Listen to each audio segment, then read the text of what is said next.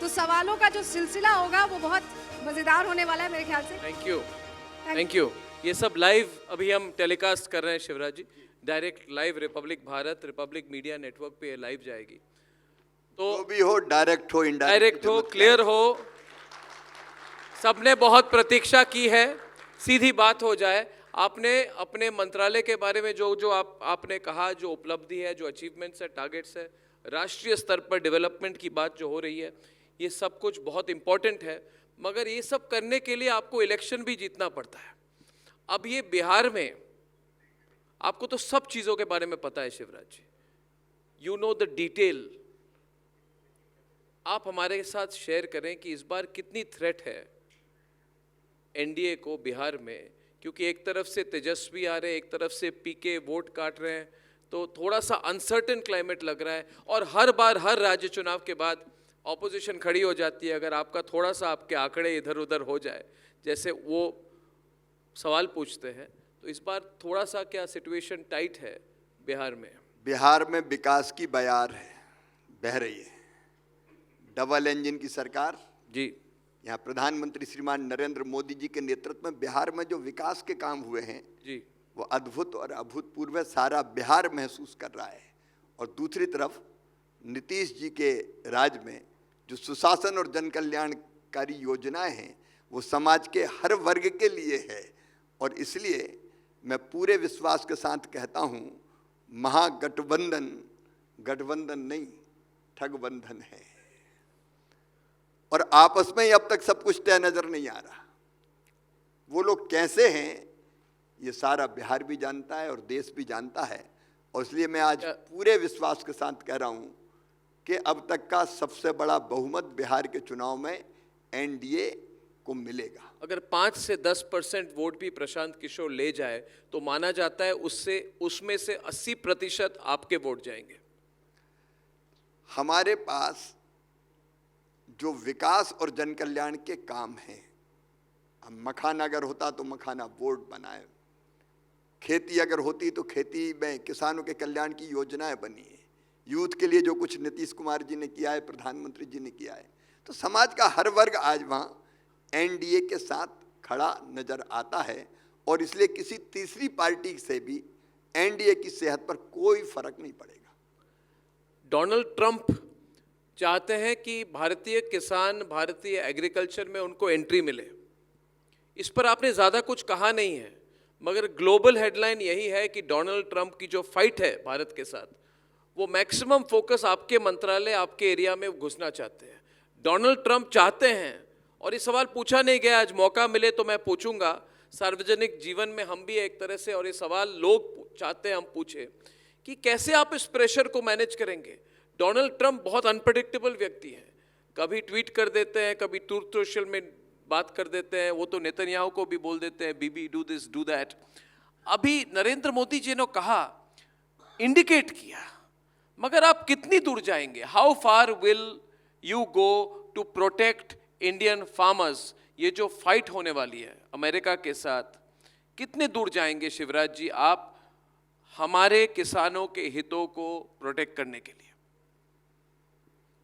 हम फाइट नहीं, सद्भाव तो चाहते हैं, लेकिन राष्ट्र हित सर्वोपरि और किसान हितों के साथ कोई समझौता किसी भी कीमत पर नहीं होगा। हमारे देश के हित हमारे लिए सबसे ऊपर है। मैं समझता हूँ ये कहना पर्याप्त है, और जो कहा वो किया, ये दिखाई दे रहा है। नहीं, मगर देखिए, अमेरिकन गवर्नमेंट कहती है हमारे किसानों के कितने बड़े बड़े 1000 2000 हेक्टेयर्स के फार्म्स हैं, हम इतनी गेहूं बनाते हैं, इतना मिलेट बनाते हैं, मिलेट नहीं मेज बनाते हैं, ये करते हैं, बार्ली करते हैं, भारत ने अपना मार्केट क्यों रोक के रखा है? हमारे यहाँ अन्न के भंडार भरे हुए हैं, हमारा किसान इतना पैदा कर रहा है कि हम दुनिया को खिलाने की स्थिति में। भारत अब फूड बास्केट बनेगा दुनिया का। हम केवल अपने लिए नहीं, दुनिया का पेट भरने के लिए भी पैदा करेंगे। जब हमारे यहाँ इतना है तो हमें जरूरत क्या है? क्या इसीलिए प्रधानमंत्री ने कहा कि कुछ भी हो जाए मगर हम कॉम्प्रोमाइज नहीं करेंगे? प्रधानमंत्री महान राष्ट्रभक्त है, और किस लिए हम काम कर रहे हैं? आज का भारत किसी के सामने दबता नहीं है, झुकता नहीं है। सीधे हम दुनिया की आंखों में आंख डाल के बात करते हैं। हम विश्व बंधु भी हैं। जब जरूरत पड़ी तो ये भारत है जिसने दुनिया के 100 से ज्यादा देशों को वैक्सीन मैत्री के तहत वैक्सीन लगाने का काम किया और लोगों की जिंदगियां बचाने का काम किया। दुनिया में कहीं भी संकट अगर आता है तो सबसे पहले मदद के लिए अगर हाथ बढ़ते हैं तो भारत के हाथ बढ़ते हैं। तो हम दुनिया को परिवार तो मानते हैं और परिवार मान के उन सबके कल्याण की हम कोशिश करते हैं, काम करते हैं, लेकिन हमें अपने देश की जनता के हितों को भी सुरक्षित रखना है। वो रखते हुए ही हम कोई भी फैसला करते हैं। और राहुल गांधी और कांग्रेस की क्या रिस्पॉन्सिबिलिटी बनती है? मुझे कहते हुए तकलीफ होती है। इतना गैर जिम्मेदार कोई नेता नहीं हुआ जिसने दुनिया के दूसरे देश में जाके अपने देश को बदनाम किया हो। अर्नब जी, जब श्रीमान मनमोहन सिंह जी भारत के प्रधानमंत्री थे जी, मुझे यूएसए जाने का अवसर मिला था। मैं मुख्यमंत्री था। वाशिंगटन डीसी में मुझसे पत्रकारों ने पूछा था क्या भारत के प्रधानमंत्री अंडर अचीवर है? मैंने 2 टूक कहा था, कांग्रेस के नहीं, यूपीए के नहीं, भारत के प्रधानमंत्री। और भारत का प्रधानमंत्री कभी अंडर अचीवर नहीं हो सकता। वो हमारे गौरव है, गर्व है। जब हम दुनिया के दूसरे देश में जाते हैं जी, तो हम कोई दलीय राजनीति वहां लेके आएंगे? हम अपने देश का मान बढ़ाने के लिए काम करते हैं। लेकिन मुझे तकलीफ होती है कहते हुए कि दुनिया में जाके विदेशों में आप देश को बदनाम करने का पाप करते हैं। वो कहते हैं हम बदनाम नहीं कर रहे, वो वोट चोरी वाला मामला उठाते हैं। रिसेंटली कोलंबिया में गए थे वो, और कोलंबिया में हम वैसे हमें ये बात भी अद्भुत लगी कि 6 दिन 7 दिन कोई लीडर ऑफ अपोजिशन कोलंबिया में क्यों रहते हैं वो हमें पता नहीं, इन्वेस्टिगेट करना पड़ेगा। मगर बात यह है कि कोलंबिया में जाके जब उन्होंने कमेंट की और उन्होंने कहा यही सब चीज़ों के बारे में, तो आप भड़क गए। वैसे शिवराज जी, कांग्रेस पार्टी को आपसे बेहतर कोई नहीं जानता है, क्योंकि कांग्रेस पार्टी को स्टेट लेवल और नेशनल लेवल में आपसे ज़्यादा किसी ने टैकल नहीं किया है। आपने कमलनाथ जी को भी टैकल किया है, आपने दिग्विजय सिंह जी को भी टैकल किया, आपने पूरी कांग्रेस मशीनरी 18 साल तक आपके पीछे पड़ी रही, but you manage to tackle them. इस बार यूजुअली आप फॉरेन पॉलिसी मैटर्स में बात नहीं करते। कोलंबिया में जब राहुल गांधी ने कमेंट दी, उसके बाद आपने लंबी एक कमेंट दिया। आपने कहा no patriotic citizen irrespective of his political position should criticise his country outside his own country. I believe in thing that tarnishing a country's reputation in the world is a crime against the country and parliament is the platform. We should not defame our country in the world. Was this a political statement? Usually Shivraj Singh Chouhan ji, आप अपने लिए हमेशा लक्ष्मण रेखा रखते हैं, मगर इस मामले में आप, मुझे लगा कि you found you out very provoked. ये हेडलाइन ग्रैबिंग कमेंट हो गई, सबने इसके बारे में कहा कि why did Shivraj Singh Chauhan get so angry? जब देश के सम्मान का सवाल हो तब चुप रहना भी अपराध है। समर से नहीं पाप का भागी केवल व्याघ्र, जो तटस्थ है समय लिखेगा उसका भी अपराध। और इसलिए ऐसे समय हमको बोलना चाहिए, आईना दिखाना चाहिए और देश की जनता को भी समझना चाहिए कि क्राइम है दुनिया के दूसरे देश में जाके हमारे देश को बदनाम करना। क्राइम है कि कंस्पिरेसी है? क्राइम है कि षड्यंत्र है, क्योंकि उसी पार्टी के नेता कहते हैं कि देखिए हम संदेह की एक सिचुएशन बनाना चाहते हैं देश में। खुलकर कह रहे हैं हम चाहते हैं कि भारत के लोगों के मन में संदेह आ जाए, शंका, और जैसे कहते हैं जहां शंका वही लंका, वो चाहते संदेह हो हमारे इलेक्टोरल सिस्टम को लेकर।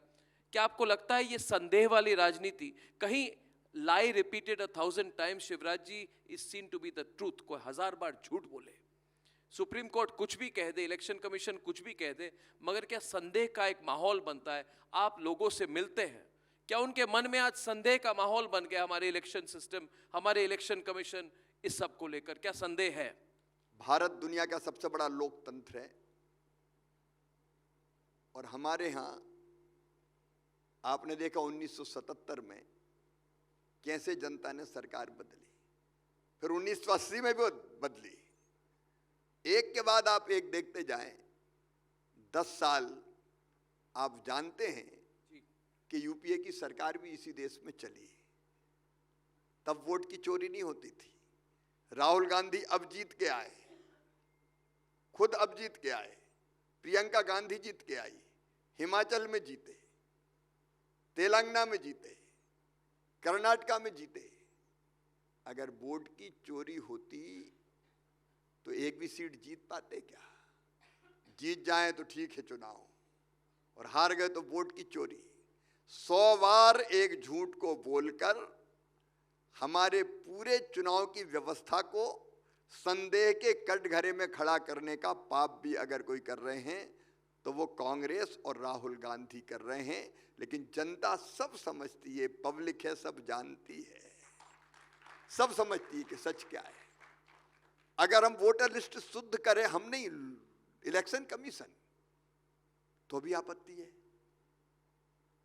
जो लोग दुनिया में नहीं उनके नाम वोटर लिस्ट में वो निकालो तो आपत्ति है। जो लोग इस देश के नहीं है, बाहर से घुस गए हो, अगर उनकी पूछ परख करें कि तुम आए कहां से, कब से हो, तो आपको आपत्ति है।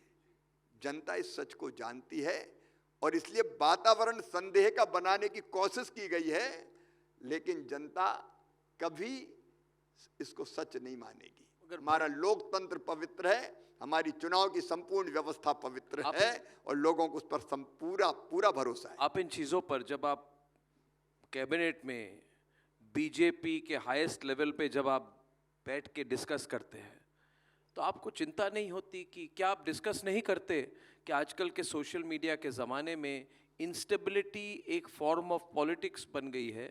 क्या आपको चिंता नहीं है कि ये एल्गोरिथम, सोशल मीडिया मैनेज करके, जिस तरह से नेपाल में जो हुआ, जिस तरह से, एक्चुअली ये सवाल पूछना चाहिए, मुझे मौका मिल रहा है आपसे पूछ रहा हूँ मैं, ये बांग्लादेश में जो हुआ, नेपाल में तो अमेरिकन सोशल मीडिया कंपनीज और एप्स का एक रोल निकला है। एक ऐप है, कोई डिसरप्ट या डिस्टॉर्ट करके एक ऐप है, उस ऐप के जरिए खून खराबा हो गया, वहां के बड़े बड़े पॉलिटिशियंस के घर जलाए गए और उसके बाद कोई रिस्पॉन्सिबिलिटी नहीं था। क्या आपको नहीं लगता कि एक तरह से हमारे देश में भी एक डेंजर है, डायनामाइट वाला सिचुएशन है? शिवराज जी, क्या पता। और देखिए, थोड़ी लंबी बात करूंगा इसमें, फार्मर्स प्रोटेस्ट के समय में लगता है कि सरकार ने बहुत समय दे दिया, थोड़ी जल्दी एक्ट करते तो वो नहीं होता जो 26 जनवरी को हुआ, जहां पे हमारे तिरंगे पर अटैक हुई। हमारे तिरंगे पर अटैक हुई लाल किले के अंदर, और किसी ने सोचा नहीं था। तो कंस्ट्रक्टिव पॉलिटिक्स तो एक बात है, मगर मेरा सवाल ये है, क्या आप, मोदी जी, बड़े बड़े हमारे नेता, जब आप डिस्कस करते हैं, क्या कभी इस बात पर डिस्कशन होती है कि क्या नेपाल या बांग्लादेश वाली परिस्थिति कहीं भारत में कोई करने की कोशिश ना करे? कोशिश तो हो रही है, टुकड़े टुकड़े गैंग है, ये लोग कोशिश कर रहे हैं। तो जितना आप हमारे साथ ये आश्वासन लोग चाहते हैं शिवराज जी, ये अवॉइडेबल क्वेश्चन नहीं है, इस सवाल का एक तरह से आप जितना डिटेल जवाब देंगे उतने लोग इधर प्रभावित होंगे, इन्फ्लुएंस होंगे, वो जानना चाहते हैं। It's a dangerous situation. आप विकसित भारत के बारे में बात कर रहे हैं, मगर जो काठमांडू में हुआ किसी ने प्रेडिक्ट नहीं किया। ढाका में जो हुआ सबने देखा 24 घंटे के अंदर, और उसके बाद यूनुस जाके वही पश्चिमी कैपिटल में जाके हाथ पकड़ते हैं बिल क्लिंटन की, थैंक यू, आपने इतना हेल्प किया, आपके कारण हमने पूरी मतलब डेमोक्रेटिक सरकार निकाल दी। षड्यंत्र खुल के आ गई। क्या यही षड्यंत्र भारत के खिलाफ नहीं हो सकता है? और इसके लिए आप क्या कर रहे हैं, क्या सोच रहे हैं? थोड़े डिटेल में आप अगर हमारे साथ शेयर करें अपने विचार। 140 करोड़ का हमारा देश, अलग भाषा अलग वेश, फिर भी अपना एक देश। दिल्ली हो या गुवाहाटी, अपना देश अपनी माटी, इस भाव से अनुप्राणित है। और मुझे ये कहते हुए गर्व है कि देश की जनता देश के इस विचार के साथ है कि हमारा देश प्रधानमंत्री नरेंद्र मोदी जी के नेतृत्व में तेजी से आगे बढ़ रहा है। और इसलिए षड्यंत्र कोई कितने भी करे, कॉन्स्पिरेसी कोई कैसी भी करे, भारत को, भारत की जनता को अटूट विश्वास है अपने लोकतंत्र पर, अपने नेतृत्व पर। और इसलिए आप देख रहे हैं कि वो चीजें जो कभी संभव नहीं लगती थी लोगों की, कश्मीर से धारा 370 अगर हट जाएगी तो आग लग जाएगी, पत्ता भी नहीं हटा, नहीं हिला, धारा 370 हट गई। और आज कश्मीर में प्रगति और विकास आप देख लीजिए। हमारे यहाँ नक्सलवाद के बारे में लोग सोचते थे कि ये तो कभी खत्म ही नहीं हो सकता। हमारे गृह मंत्री जी ने तारीख बता दी कि इस तारीख तक नक्सलिज्म खत्म।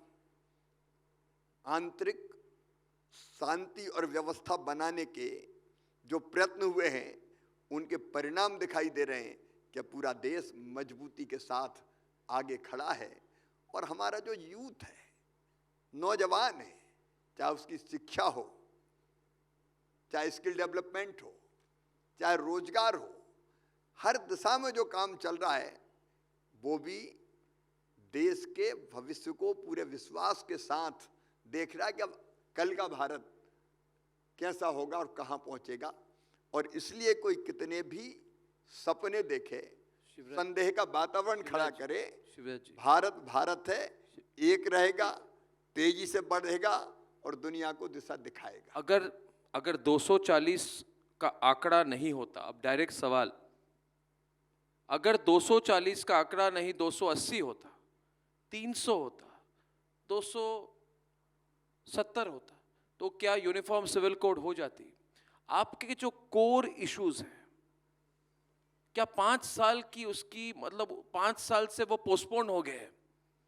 क्या भारत के लोग मान के चले अब कि 1 नेशन 1 इलेक्शन नहीं होगा 2029 तक? कि ये सवाल, इसका जवाब हम चाहते हैं कि नहीं? हम सवाल मैं चाहता हूं कि आज शिवराज सिंह चौहान रिपब्लिक भारत के मंच पर कहे हमें कि ये क्या हुआ। अब जो आपके जो कोर वोटर है और कई हमारे जो ऑडियंस में लोग हैं वो ये पूछ रहे हैं कि 240 में सरकार तो आपकी बन गई और चैलेंज भी नहीं है, मगर uniform civil code, 1 nation 1 election जो प्रगति के लिए, भारत के प्रगति के लिए ये कैटलिस्ट बन सकती है, क्या ये 5 साल से पोस्टपोन हो गई? शिवराज जी, क्या इस पर काम बंद हो जाएगा? क्योंकि आप सोचेंगे चंद्रबाबू नायडू जी को पूछना पड़ेगा, नीतीश जी को पूछना पड़ेगा, कंसेंसस नहीं बनी है, राज्यसभा में हमारे नंबर जो हमने सोचा था 2/3 बनेंगे वो नहीं बनेंगे, ये इतना नहीं है। मतलब जितना आपको पॉलिटिकल सपोर्ट चाहिए ड्रामेटिक चेंजेस करने के लिए। और इस पर जुड़ा एक सवाल, सॉरी सवाल थोड़े लंबे हो रहे हैं, आपको मैं इससे जुड़ा सवाल कि पहले टर्म और दूसरे टर्म में कई सारे चीजें हुई, 1 नेशन 1 इलेक्शन क्यों नहीं हुआ जब आपके पास नंबर्स थे? Uniform civil code nationwide क्यों नहीं अप्लाई की गई जब आपके पास नंबर्स थे? ये आपके कोर इश्यूज हैं, इसलिए मैं चाहूंगा आप विस्तृत तौर से इस पर जवाब दें मुझे। कोर इश्यूज पर जो काम हुआ है, लोग पहले सोचते थे कि भारतीय जनता पार्टी ये चीजें केवल चुनाव के समय कहती है, बाकी समय भी कहती रहती है, लेकिन ये होंगे नहीं जी। चाहे वो सर्वोच्च न्यायालय के फैसले के कारण हो, लेकिन अयोध्या में भगवान श्री राम जी के मंदिर के निर्माण का सवाल हो, धारा 370 का सवाल हो, मैं एक एक गिना के वक्त नहीं लूंगा, सारी जनता जानती जो काम। मेरा सवाल था कि 5 साल से डिले हो गई ये 1 नेशन 1 इलेक्शन पर हमारा कैंपेन जारी है और ये सब चीज हम करना चाहते हैं तो जनता की व्यापक सहमति बनाकर करना चाहते हैं।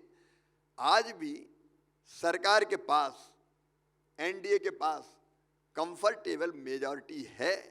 ये बात सही है कि विपक्ष और टांग अड़ाने की ज्यादा कोशिश करता है, लेकिन मुझे लगता है कि देश के हित में जनता के समर्थन से बाकी फैसले भी होते हुए चलेंगे। ये मेरा कंसेंसस तो 370 में भी नहीं थी। आपने 370 में कंसेंसस जो आपने बोला जनरल कंसेंसस की कोशिश तो नहीं की। आपने कहा कि हम करेंगे, 35 से जाएगी, 370 जाएगी, निकाल दिया। वही अप्रोच चाहिए। देखिए, 1 नेशन 1 इलेक्शन जैसे इशूज पर पहले जनमत का जागरण करना और एक साथ चुनाव के लाभ जनता को गिना के उसका मानस बनाना जागृत हो जरूरी है, शिवराज। ये जरूरी है। और इसलिए आप देख रहे हैं कि 1 नेशन 1 इलेक्शन के कितने कार्यक्रम हम मतलब आप ये कह रहे हैं कि आप कमिटेड हैं, उस पर काम चल रहा है? बिल्कुल कमिटेड है, कॉर्नर में नहीं है। और 1 नेशन 1 इलेक्शन देश के लिए जरूरी भी है और होगा भी। आपने कहा कि सेक्युलरिज्म वाले शब्द को और सोशलिज्म को इमरजेंसी के समय में इसको ऐड किया गया, और आपने ये भी कहा कि सेक्युलरिज्म और सोशलिज्म को हमारे कॉन्स्टिट्यूशन से निकाल देना चाहिए because they do not reflect India's core cultural values. ये सेक्युलरिज्म और सोशलिज्म को, ये बहुत बड़ा कंट्रोवर्शियल इशू है शिवराज जी। कई लोग, अगर मैं आम सहमति चाहूं, आम सहमति है, कई लोग कहेंगे कोई जरूरत नहीं है, संजय गांधी के जमाने में इन शब्दों को ऐड किया गया, तो अगर निकालना चाहते हैं तो निकाल दें, और अगर नहीं निकाल रहे हैं, जब आपको पता है कि निकालना चाहिए, जो आपकी व्यक्तिगत राय भी है और पॉलिटिकल पोजीशन भी है, तो क्यों नहीं निकाला जा रहा है? देखिए, भारत का सोच, भारत का विचार, भारत के जीवन मूल्य और भारत की परंपराएं, अगर आप देखें तो मैंने प्रारंभ में भी कहा था, एकम सद विप्रा बहुधा वदंती हो, सर्वधर्म संभाव हो, आत्मवत सर्वभूतेषु हो, या वसुदैव कुटुंबकम हो, या सर्वे भवन्तु सुखिनः सर्वे सन्तु निरामया सर्वे भद्राणि पश्यन्तु माँ कश्चित् दुर्भाग भवेत् हो, वो सबके कल्याण में भरोसा रखते हैं, विश्वास रखते हैं। और इसलिए भारत में बार बार सर्वधर्म संभाव, ये मूल सोच है भारत का। ये चर्चा और बातचीत आज से नहीं, हजारों सालों से, और सर्वधर्म संभाव रहा है हमेशा। हम सब विचारों का आदर करने वाले लोग हैं, और इसलिए सदैव हमारा ये सोच रहा है। और बाकी जो शब्दों का हेर फेर का मामला है, उसके बारे में आपकी क्या, वो तो ना, मेरी राय, जो मेरी पार्टी की राय है वही है, मैं अलग से कोई राय नहीं बताऊंगा, क्योंकि हम एक विचारधारा, एक पार्टी के अंदर काम करते हैं। पार्टी की राय क्या है? पार्टी की राय पार्टी ने बता दी। अब आप वो मामा जी वाला स्माइल दे रहे हैं, तो आप बता ही दीजिए आपकी पार्टी की राय क्या है? मैंने कहा कि पार्टी की राय पार्टी ने जाहिर कर दी है। शिवराज जी, आप जब दिल्ली आए तो बहुत स्पेक्यूलेशन होता है आपके ऊपर। कई लोगों ने कहा इतने इम्पैक्टफुल और इतने सक्सेसफुल पॉलिटिशियन दिल्ली क्यों आए, और एक टर्म हो जाती है उनकी, रिकॉर्ड बन जाता। क्या आपको कभी लगा कि और एक रिकॉर्ड बन जाता और 4-5 साल मध्य प्रदेश में रहते? देखिए, मैं 4 बार मध्य प्रदेश का मुख्यमंत्री रहा। उसके पहले अगर आप देखें तो मैं 6 बार विधायक बना, 6 बार सांसद, 1 दर्जन चुनाव में जीत चुका हूं। मैं भारतीय जनता पार्टी का राष्ट्रीय उपाध्यक्ष, राष्ट्रीय महामंत्री, पार्लियामेंट्री बोर्ड का सदस्य, प्रदेश का अध्यक्ष, प्रदेश का महामंत्री, युवा मोर्चे का राष्ट्रीय अध्यक्ष रहा। ये कौन ने बनाया मुझे? भारतीय जनता पार्टी ने। पार्टी तय करती है कब किस कार्यकर्ता की भूमिका कहाँ होनी चाहिए। अब उनने तय किया कि मध्य प्रदेश में अब कोई दूसरा अपना कार्यकर्ता आएगा, तुम्हें दिल्ली में काम करना है, तो मामा दिल्ली आ गए।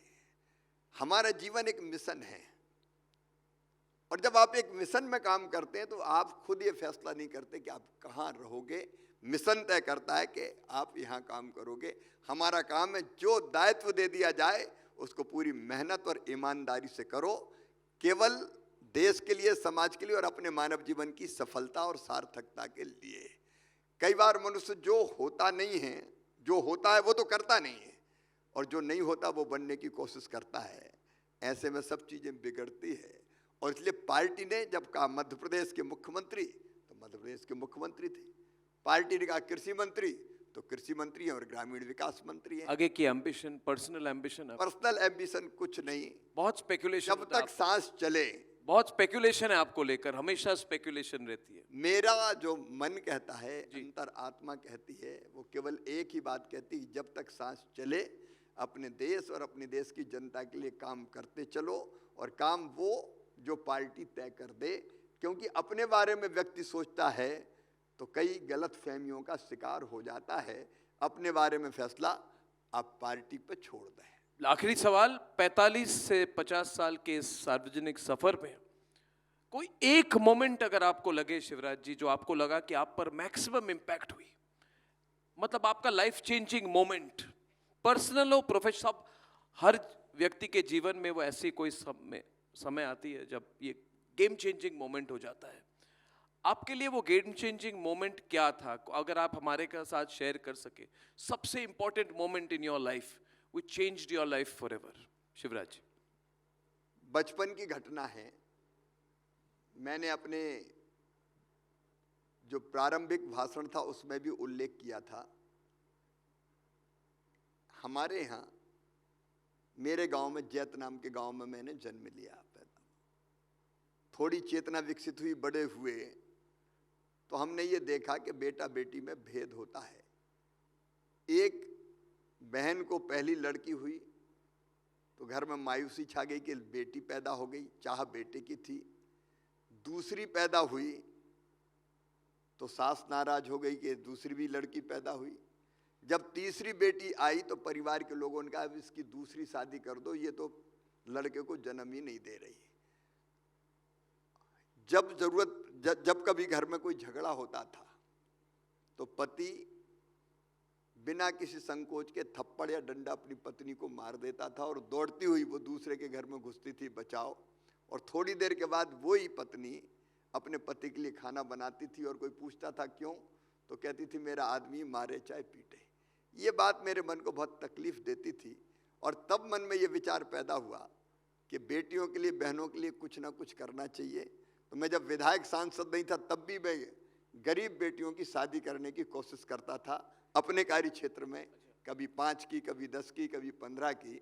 और बाद में जब मुझे मौका मिला तो लाडली लक्ष्मी से लाडली बहना तक का एक अलग तरह का सफ़र तय हुआ और मन में यह भाव पैदा हुआ कि महिला सशक्तिकरण के लिए भी काम करना चाहिए, क्योंकि नारी को भी, बेटी को भी जीने का हक और मुस्कुराने का अधिकार है। आज इस मंच में आपसे बात करके बहुत हमारे सब लोगों को एक पता चला कि आपको इतनी पॉपुलैरिटी क्यों है। आपने बहुत खुलकर बात कही है, और भी बात हो सकती है मगर काफ़ी समय हो चुका है। Shivraj Singh Chouhan ji, we wish you the best in your political career और आपकी पर्सनल और प्रोफेशनल जर्नी में।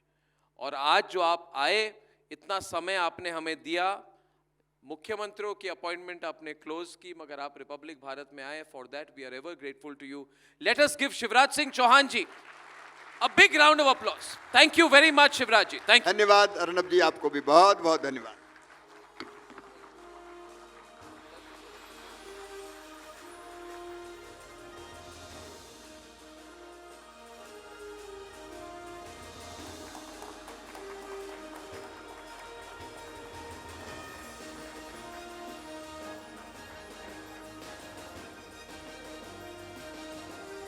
बहुत शुक्रिया शिवराज जी, आप यहाँ आए, आपने अपने अनुभव साझा किए। सेवा और समर्पण कैसे सच्चे नेतृत्व की पहचान है, ये आपने हमें बताया। बहुत शुक्रिया आपका।